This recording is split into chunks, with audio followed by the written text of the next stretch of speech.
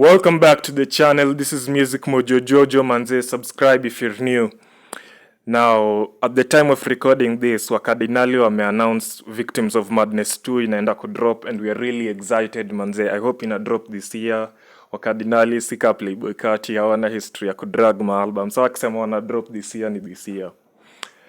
So nashuku itakuwa this year. And then kuna hii project ya Scam Cardinali na Rabbit aka King Kaka, but we said we'll call the nigga Rabbit. Hiyo pia ina drop. We are eager to see it. Not as eager as Victims of Madness 2, but tuone Skana King Kaka Rabbit watakuwa na which kind of chemistry. Tuone kama watacarry an album together, those two. Yeah, tuko eager for those two releases, but in video ya Victims of Madness manze, not two but one. So before two drop, today we are going to be reviewing Victims of Madness 1 as an album. Tutakuwa tunaiangalia as a whole.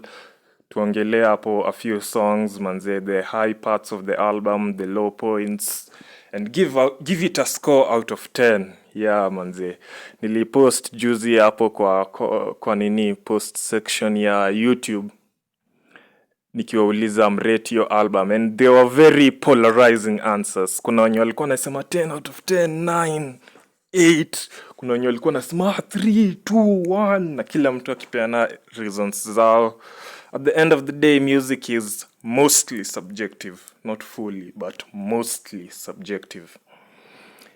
But yeah, now it's time for the official review ya Mojo Jojo. Pia mi nipeane hapo, nipea score out of 10, ni rate, ni rank, go through the songs and give my reasoning as to why I'm giving it the score that I will give it at the end of the video. Now, yeah, subscribe if you're new in case sijasema, na tuanze video manze.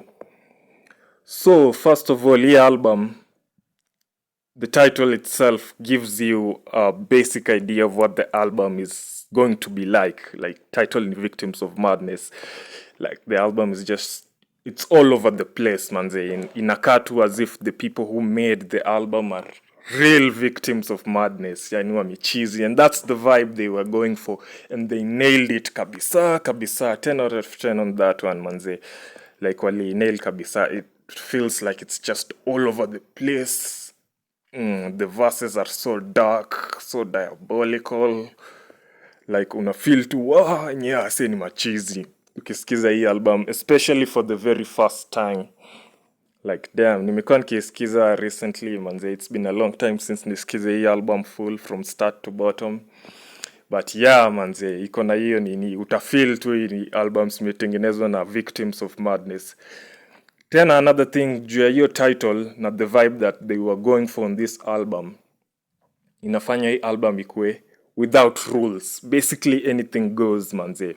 Hata wanawezeka sauti ya kunyamba hapo katikati ya ngoma na beat inacheza aje, Munga akikosa kuingia kwa flow hapo, Ska akisema tu vitu zake, but it will go juu na add to the vibe of Victims of Madness manze. This motherfuckers is mad, and that's one thing that makes the album go hard in terms of songs. Now kuna hii intro wanatupea hapa ya Tracy Mukami. I think she's a newscaster because her voice sounds very familiar. Maybe I'm wrong, and yes, sijui manze. Tracy Mukami hapa anatupatia intro sort of detaching Wakadinali from the album, akisema the album is fictitious, but yeah, we really don't think so. I really think these niggas are in the streets manze, committing crimes up on some gangster shit. Maybe not manze. Huko ni Kenya though, makarawa hata kujua fuate marapa ati juu they rapped about committing crimes. This is not the US, this is Kenya. Police have more serious things to do, like take bribes. Anyway, your intro ni kali. It doesn't give you exactly the vibe of the album. It doesn't tell you what the album is going to be about. It has failed as an intro, but its job wasn't that. Job ya hiyo intro ilikuwa kudetach Wakadinali from the characters in the album. Ukiangalia Munga Domani, usione the same person mwenye amepiga hizi makoras kwa dilated, njege, wapi na wapi, nyara nyara, pimapoa, usione huyo msee, uone Munga the human. that's what they were going for on that intro. And yeah, it's just good, manze. The album itself is very gloomy, very radical, very extremist lyrics here and there, especially from Suicida. Heavy drill beats. Like, I think there's only 1 or 2 songs that are not drill, kusema tu kweli. Hizo zingine ni heavy drill beats. The problem with that drill, manze, in a limit flows, so there are a lot of repetitive flows all over. Some songs literally sound the same, manze, like Triple XL, na nini, Triple XL, nyara nyara nyara, kuna venye, they sound almost the same. Like, you having to be drill. So unajua drill, there's only a certain amount of flows that rappers usually use. And wakadinali wali fall into that trap. Except Munga ndiye ana change flows. Sua, as much as I mess with Sua, pia yeye anarudia flow yake hapa over and over. But that's not such a bad thing because the lyrics are different. Vitu anasema ni different. The pictures that they are painting are different. So yeah, not so bad thing hapo kwa flow. Okay, so the first song of the album apart from the intro ni Morio Nzenza, which Morio Nzenza is a hard song. Literally, manze, hii song imejam tu sana, imebonda, the beats, beat inagonga sana. It's not drill necessarily, it's a hardcore trap beat, but they wanairukia ka drill, inapeana hiyo vibe ya drill. Video, you've all seen the video, ndio ngoma iliblowisha hapo Cardinal in the first place. Yeah, good song, manze. Diana Codes, the first feature, second feature actually, Tracy Mukami is featured in the intro. She does her job well. She kills the verse. Not strong bars, but this is Diana Codes. We don't expect that much from her. She's not necessarily someone who's branded herself as a lyricist. So, yeah, tuna loosen the noose around her neck kiasi kwa ingoma. Kuna cheso, vile tulipiga face out teso na film na bada bing tulicheso. Hizi hooks za Munga, manze, throughout the album, manze. Munga is hardcore, manze. Salute Munga, manze. Munga amebeba hii album. It feels like a solo Munga album at some point. He's the only one of the 3 who is in all of the songs. Triple XL pia najua mmeiona, mmeona video yake. It's a good song. Wako hapo wote watatu in this one. Cheswa, by the way, forgot to mention, haina Scar, which surprisingly, okay, or unsurprisingly actually, it's a good song. And most of the good songs in this album, nime realize, as in a Scar. Like, and that's not my personal vendetta. Unajua personally, I think Scar is lame. But that's not even on a personal decision. Because as wakardinali, wakiwa wote watatu as a whole, siwezi kataa kusikia hii ngoma ati aju Scar kwa hapa. Ama ati ikifika verse ya Scar nitoe manze. I'm still a music nerd. I'm still a hardcore music fan, critic, etc. Whatever you wanna call it. Lazima nitasikia, manze. I'll listen to the whole thing. So the Scar thing, hata sikuwa nimenotice, by the way. Nilinotice later on after nimemada kusikiza hiyo album again, over and over again. I realized, by the way, the songs that have been replaying over the years ni hizi zenye Scar hayuko. Like, for example, Icheso love song, which tutaikujia later on. Njege Sanse, wapi na wapi. Like, hizi zote tu Kim Jong-un. Like, utarealize tuwe mwenyewe, manze. So anyway, next song ni love song, which is definitely not a love song. Definitely not a love song. So it continues the theme of the album of gloomy, radical, extremist lyrics, hardcore gangster vibe. Like, sauti ya Munga pia imebeba the song, Suicida na Kill. It's a great song, manze. Extra Pressure is next. This is a classic. Extra Pressure is a classic, manze. The video is also nice. Hapo Chebetrono ali pull up, which was a good thing to see back in 2020, and it's still nice to see even today, manze. There is another song called Interlude, which is not really a song. It's an interlude, surprise. Na kwa hii interlude unasikia hapo wakiongea vile, kuna msee amekangwa hapo kwa street na mambanga wa 7, nini, 11 shots, nini, analia. Inakupeleka hapo into the mood of the album. Una feel East Lando, manze. Una feel, wow, this place kumechizi. literally anything could go wrong at any time, especially kama ni wale wase ukisikia ngoma una medi like this interlude, it's a good feeling. Ni poa sana waliweka hii ngoma kwa album. Nilisikia ujinga fulani ati ilikuwa itolewe, but they insisted lazima ikue. This was a good decision manze. Ni mwenye aliinsist sijui ni nani, but good decision manze. So kama na much dilated, the next song dilated. I love dilated manze. Nguna ana fake accent lakini amejaribu. She's fucking trying manze. Dilated is a good song again. Nice flows. Repetitive but still nice. Munga hapo na hizo hooks zake zimecheesy. Like every chorus by then Munga amepeana kwa hii album, which is like all of them hard as fuck manze. Hard fire. Next song Jege Sanse. Indio most people wanapenda kuiname drop. It doesn't have an official video, but the AI visualizer is over 1 million views manze. Ngoma ni hardcore man. Next, wapi na wapi, wapi na wapi, wapi na wapi. Hey, song pia, it's another one that I really enjoyed. The beat was really nice, manze. By the way, Dilated pia, shout out to the beat ya Dilated. Dilated ni ingine iko na beat ingine interesting sana. The production on it is also high quality. Throughout the album, I think it was produced by RS na nani anaitwaje, RS66 and Big Beats Africa. Big Beats Africa is a beat maker. Hizi beat karibu zote ni zake. Na pia hats off to Big Beats. Hats off to Big Beats. Ile beat alitolea Triomio na Calligraph sijui rada yake man. Big Beats man, what's happening? I mean, ile beat alitolea Diana Codes na Femi One. I think that was the song. I reacted to the song. Nikasikia jina ya Big Beats Africa kwa tag ya beat and I was like, what the fuck? Nini umetengeneza manze? So ungewapatia like one of these dope ass beats manze that you made for Victims of Madness 1. And I hope they continue working with Big Beats and RS kwa Victims of Madness 2. Yeah, but we'll see manze. Nyara Nyara Nyara, another crowd favorite, which there's not much to say about this song. It's just a good song. We like it. Sort of like vibes at Triple XL. Triple XL ndio ile nye they talk about mob figures. Ndio Munga ndio anataja Lucky Luciano na Carlo Gambino. Which is like, nye Munga is really into the mafia. He really likes the mafia. This nigga, the Tony Soprano vibe, manze, John Gotti, fucking Al Capone, na nyingine mobsters. There are a lot of mobsters wanatajwa hapa, kina Tony Montana. Was Tony Montana really a real mobster? No. Tony Montana ni Scarface, ndio. Yeah, Pima Poa. We Pima Poa.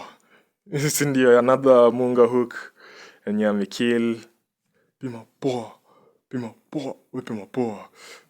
Nimesahau hadi lakini, but you know the song, manze. Pima Poa is a nice vibe, nice drill song. Next ni Kim Jong-un. This is another one of my favorites, manze. Beat ya ngoma kwanza inanibamba, ina go hard sana manze. Kupiga ndudhi mtapona ma 3, real definition ya thug. Nimesikia report ya DCI bro amegeuka Kim Jong-un. Mpini ndenga ni impromptu dunga agents mtaani youths alingiza around umo tu kupiga ndudhi mtapona ma 3, real definition ya thug. I really love this song manze. Kim Jong-un, like una feel damn, this is really ghetto black Kim Jong-un right here, manze. The hardcore shit, manze. More gangster themes, more themes of violence, more themes of like, sisi wenye tunatengeneza ingoma manze, tumechizi, tumeriate manze, akili tulitupa, zingine tuleka kwa mfuko manze. Like, it just feels like that and it's absolutely great.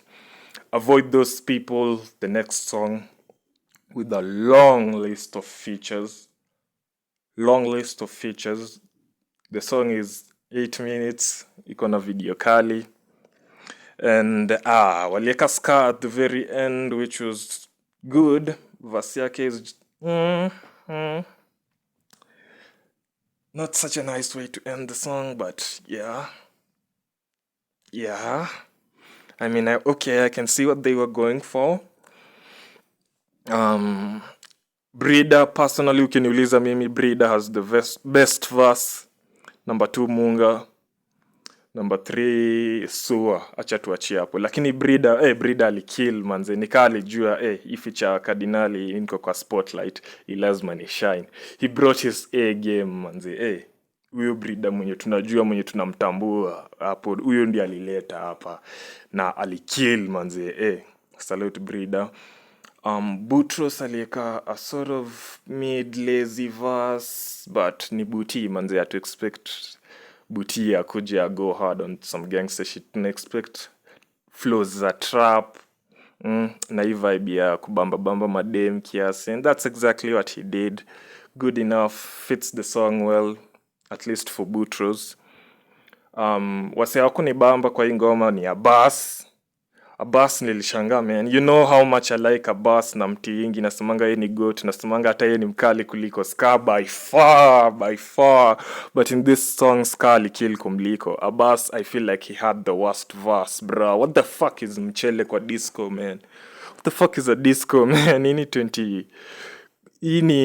This is not the fucking 80s, bro. This is 2025. Okay, that was 2020 when the song was still being made. But, bro... We've not had discos since the 90s, manze. Discos ni vitu za 70s and 80s.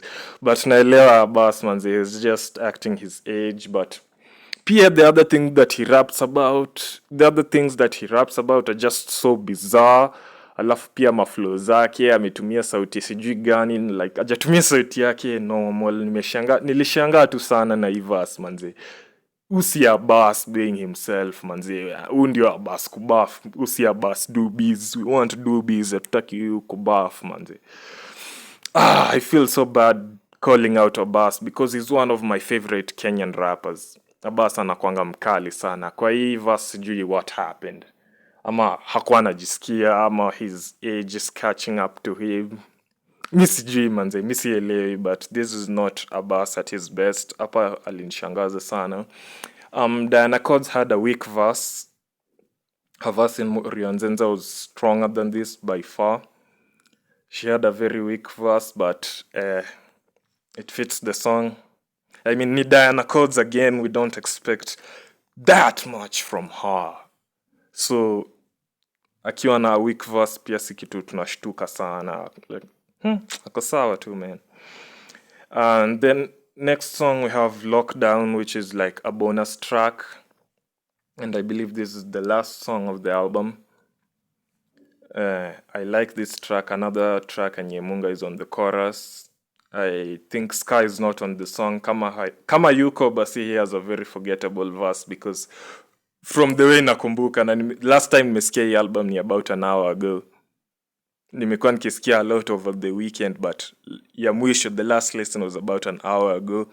Nah, I don't remember anything about Ska being on the last track. I could be wrong again. But his verses are usually very forgettable. This album feels like it doesn't have a lot of Ska, which is a good thing. Surprisingly, it's good for the music. It's bad for the numbers. Stakata, it's bad for the numbers because Ska is the most famous mkardinali. Hiyo pia hatuwezi kataa. But his verses zinapunguza ya hii album. Manze, it's like hawakuwa wanampatia the full 411 before achore verse most of the time. Suicida, his verses zinaleta the radicalization themes, the extremism, criticizing the government over and over again, and it just feels like pia another thing I kind of felt after kumaliza hii album, Suicida manze, I think jamani law student manze. Kasi law student alisomea criminology or something manze. Umse yako na degree in law or criminology, something like that. Mbona nasema hivyo? Terms zenye umse huwa anatumianga kwa ngoma akiongelea hapo ballistics hapo na crime report. Like I know he could just be a true crime fan, obvious, pia hiyo ni possibility, but ako tapped in sana. Ametaja hapo kina au magangsters, kina Shimoli, kina nani anaitwaje mwingine, Madheri. Like, Suicida has a lot of knowledge about hizi vitu za nini. I'm not surprised he's kind of a political activist in his music manzi, like anajua what he's talking about. Akona hizi nini ma ballistics, forensic reports hapo nini. Though according to ballistics in a shogani ulimiss shit like that. He has those kind of lyrics all over the nini album. Aki go down on the hardcore crime scene hapo, investigation hapo, utadhani alikuwa CSI at some point.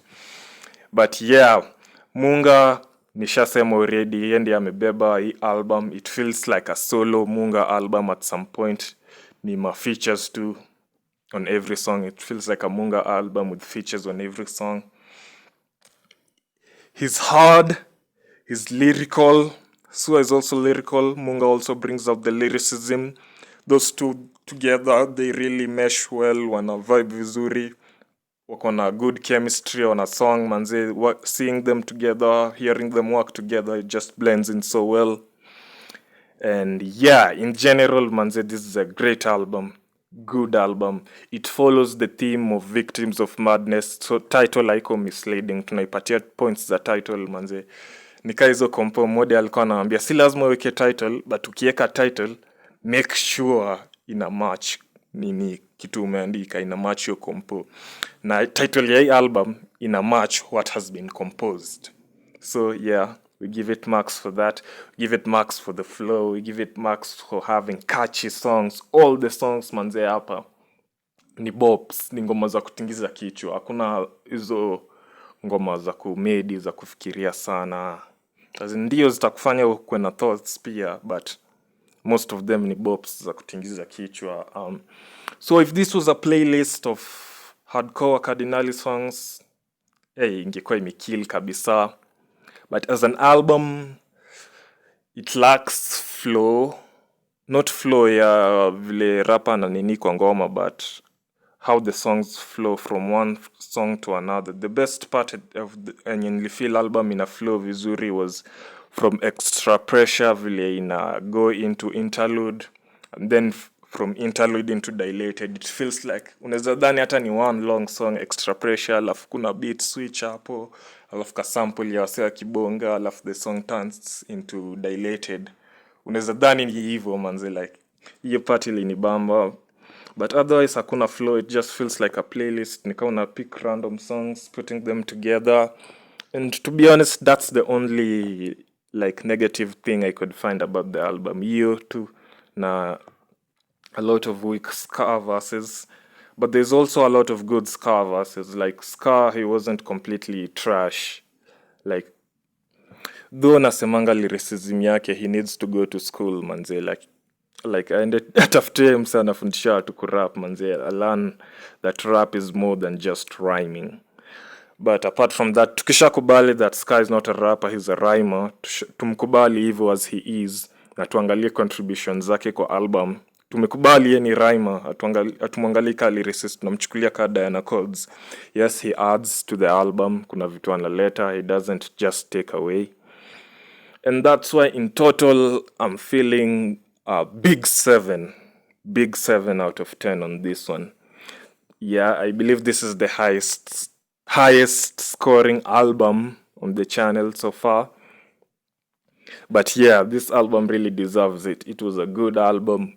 Dope. Iko na replay value over the years. In 2025, it still hits as hard as it did in 2020. Manze, imagine, bana. 5 years down the line, shit still goes hard. Salute to this album. Big 7 out of 10. Yeah, tell me which album you want to review next.